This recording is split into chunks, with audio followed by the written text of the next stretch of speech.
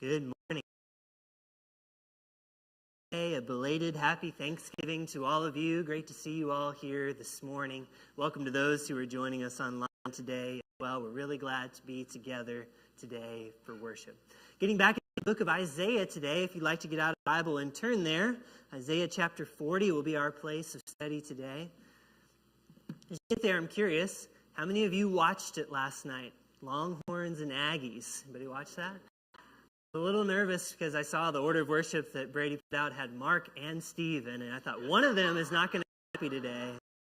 I don't actually watch a whole lot of college football anymore like I used to. In fact, whenever I do watch, I have to remind myself that all of the conferences are different than what I remember them being. I don't know how many teams are in the Big 12 anymore. I just know that it's not 12, despite what the name says. And at the same time, I heard that there's some California teams in the Atlantic Coast Conference now, which makes me kind of wonder about the people getting free degrees at those schools. Might not be a great idea. If one good thing has come out of all this conference realignment, though, it's to be this, right? Regardless of who wins or loses, my whole family grew up on the week of Thanksgiving looking forward to this game about as much as anything else. And so I'm really happy that we've got this back in our lives for a little longer at least. Maybe our Aggies fans can have some consolation in this, because today we're dropping in on a story about the team. But this one's from long ago. This story is going to take place from the 1950s. With our friends down at Texas A&M, but it doesn't actually happen here in College Station. This story takes place in a little town called Junction, Texas. Anybody been there before? Junction, Texas? Anybody know what happened very famously in Junction, Texas for the Texas A&M football team? Anybody remember this? 1954, a new coach arrived.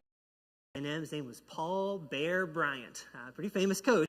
When he got his first look at the team that he was going to be coaching there down in Aggie Land, he decided pretty quickly that this was not going to work out so great. He thought his team was not strong enough. They were not disciplined enough to really play the game of football the way that they were supposed to. So in the summer before his first year as the head coach at Texas A&M, Paul Bear Bryant organized a little 10-day-long mini football camp in the town of Junction to get his team ready for the year. This camp has come to be sort of the stuff of legends.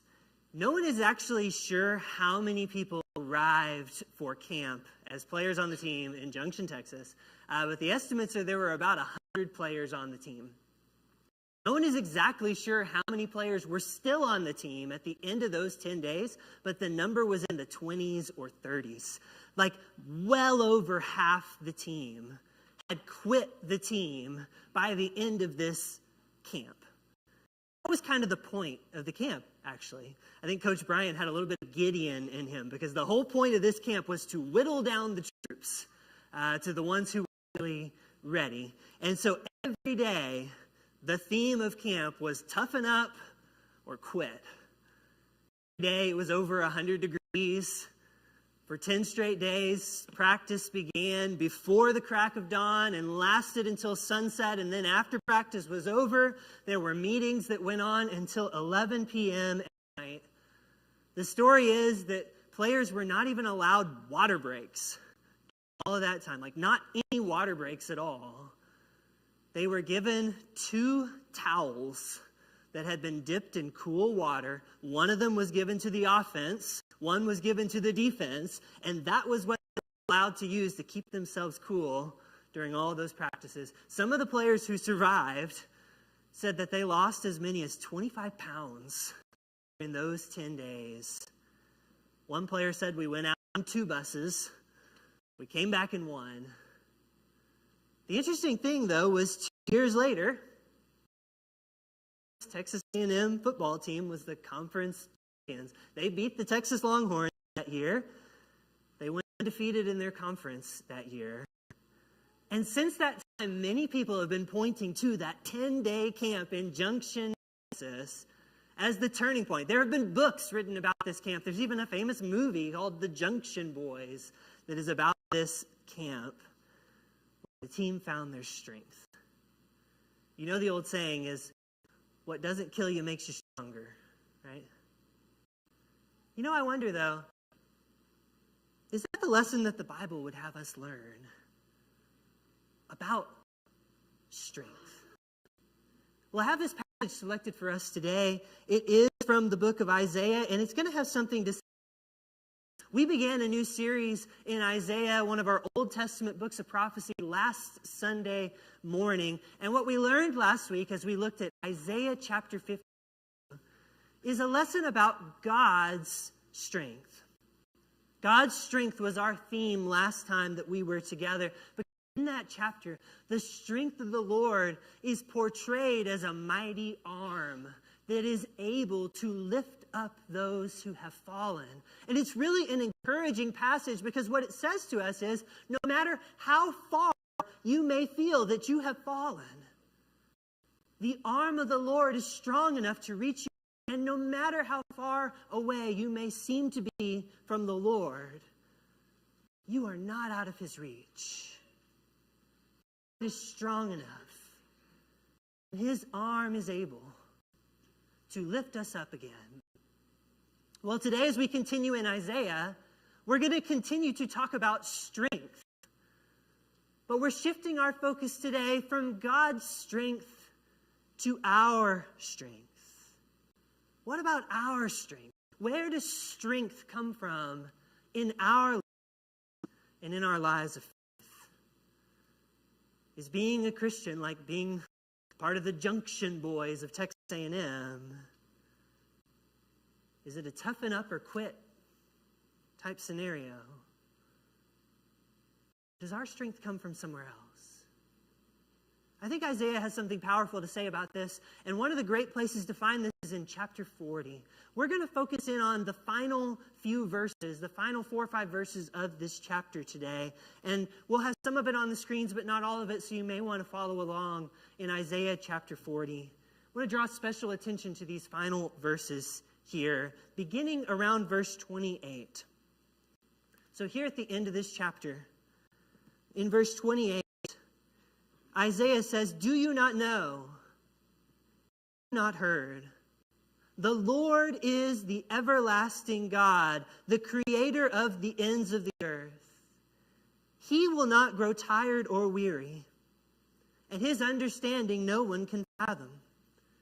He gives strength to the weary and increases the power of the weak.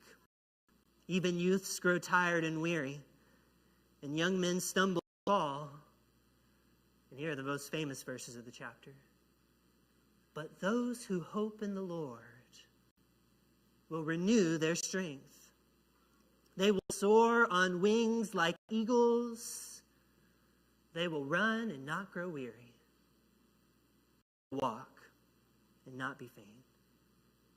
Now, to me, this is such a beautiful way of talking about strength, our strength, and where it comes from. And what do these verses tell us about the strength that we can have? Our strength comes from what? It comes from God's strength.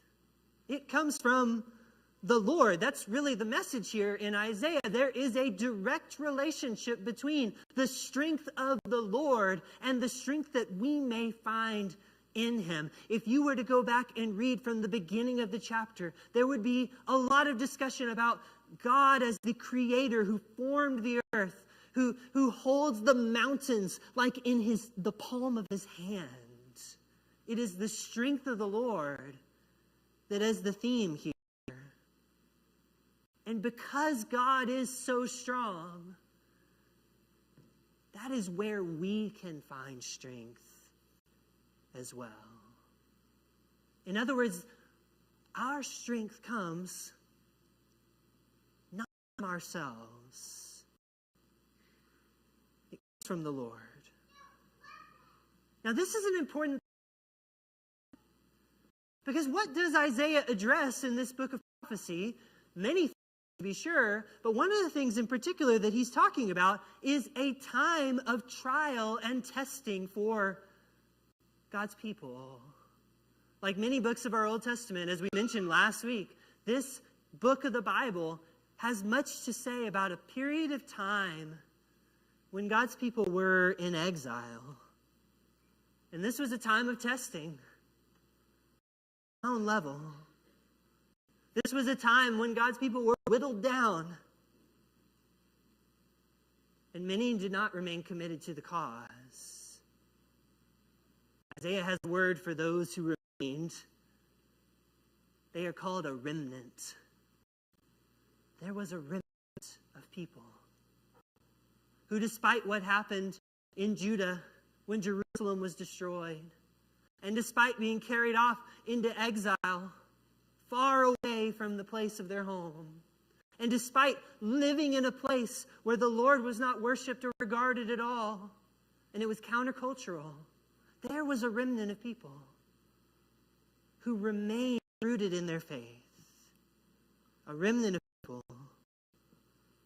who stuck with it. In some ways, this time period in Israel's history is like that Junction, Texas camp, because it is a whittling down. They went out in 2 buses, they came back in 1. That's what they said about that camp. Only a portion of people made it through this time of testing with their faith. So Isaiah the prophet is addressing this time in people's lives. There has to be a relationship between this testing and this message about strength. But what is that relationship? I want to point to 2 things that Isaiah does not say in his message about strength here. And I think they can both be important for us. The first thing, Isaiah does not say that all those things that Judah endured were insignificant. Isaiah does not say that. What Judah suffered, what they went through, it was not meaningless. Most of all, it was not unimportant to God, even though it might have felt that way to them. We started reading today in verse 28. If we had started just 1 verse earlier, verse 27, we would have seen this. The verse right before what we read is where Isaiah is addressing the people who are having these thoughts. This is how they feel about all that they have been through to get to this point right here. They are wondering why God doesn't see them. Why God doesn't know what they're going through. They're wondering, does God really care about any of this? And when Isaiah says what he says about God's strength, he's addressing these questions right here. Isaiah says, I know how this feels to you. It feels meaningless that you have gone through these things. It may feel to you like God does not see, or God does not know, or God does not care. But this whole chapter is designed to bring comfort. The first words of the chapter are the words, comfort. Comfort, comfort my people, is what God sent Isaiah to do. Isaiah is bringing a message of comfort. Part of that comfort is that what they have gone through is not insignificant. What they have endured is by no means hidden from God. It is not out of God's view or God's knowledge or God's loving concern. These things matter. And all these many years later, this can what we go through in life, what we endure, the trials that we face that press us to our limits, those things are not insignificant. They can indeed hold great significance into who we are becoming. What Paul wrote in Romans chapter 5 is true. Our lives, the trials we face in life, can have a valuable quality to them because suffering produces perseverance, and perseverance, character. And character produces hope. This is a way of seeing our suffering and our trials as meaningful. In the same way, the book of James talks about trials in a very similar fashion when it says, count it as joy when you face trials of various kinds. Notice, though, what James is saying to rejoice in, not in the fact of going through trials, it's rejoicing in what you can come out of this. Perseverance, endurance. The next verse says maturity and completeness. What can come out of this is growth. So in these New Testament passages, what we see is the meaningful role that trials and difficulties can play in our lives. What we experience in this world is significant. Isaiah wants the people of Judah to see this. They've come all this way. They've gone through these difficulties. Isaiah wants them to know in the midst of those trials, God sees you. God knows you. God cares. This is not insignificant. At the same time, though, there's another thing that Isaiah wants them to know. And there's a second thing that Isaiah does not say in this chapter. He didn't say your suffering is insignificant. But he also didn't make suffering the main thing. And what he said was not that your trials will make you strong. As if there's something magical about going through hard things. The truth is there's not. It's not suffering that gives us wings like eagles. Or strength that does not run out. That kind of strength only comes from one place alone. It comes from hope and trust in the God who is eternally strong. It is not just merely suffering or going through trials that makes us stronger. But if those things will turn us toward God in trust, then something is happening. But Isaiah makes it clear it is God who gives strength. It's those who hope in the Lord whose strength will be renewed. God, verse 29, gives strength to the weary and increases the power of the weak. And it's because God has these things in endless supply. He does not grow weary, is what Isaiah says. It's because God has an endless supply of these things that we can draw on his strength when we're tired, when we're weak. He can help us then. Now, it may be that you learn to trust and hope in God more in these times of trial. That can be the case. Because God is an amazing God, able to use even our hard times to help us grow. But it's important to think about where that strength really comes from. Because it's where to turn, no matter what our life is like at any given moment.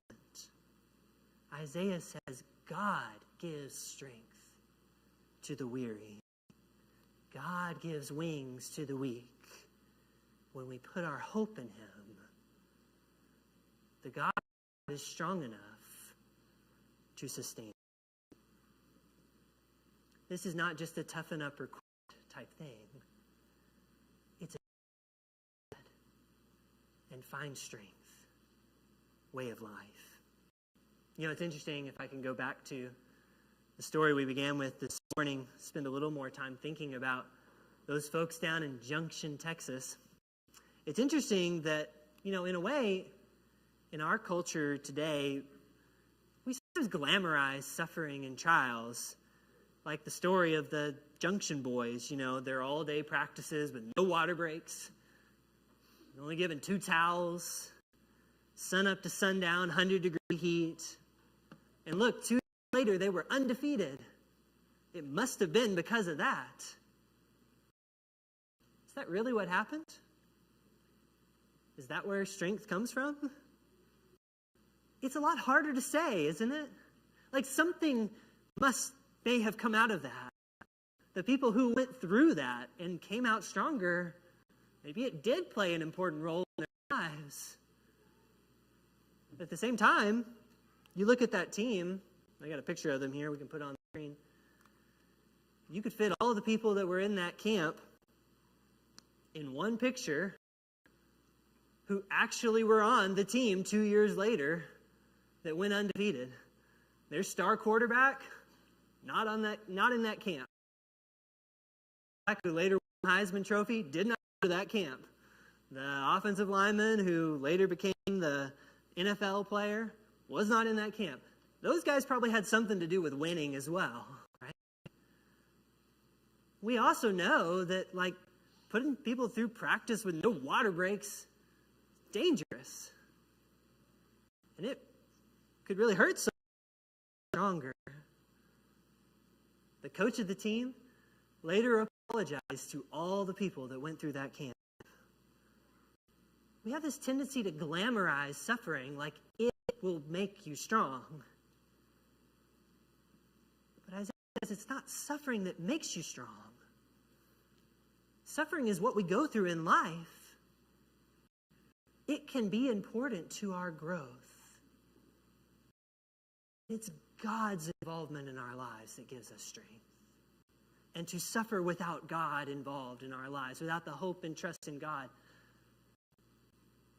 that does not bring us the strength that is like eagle's wings.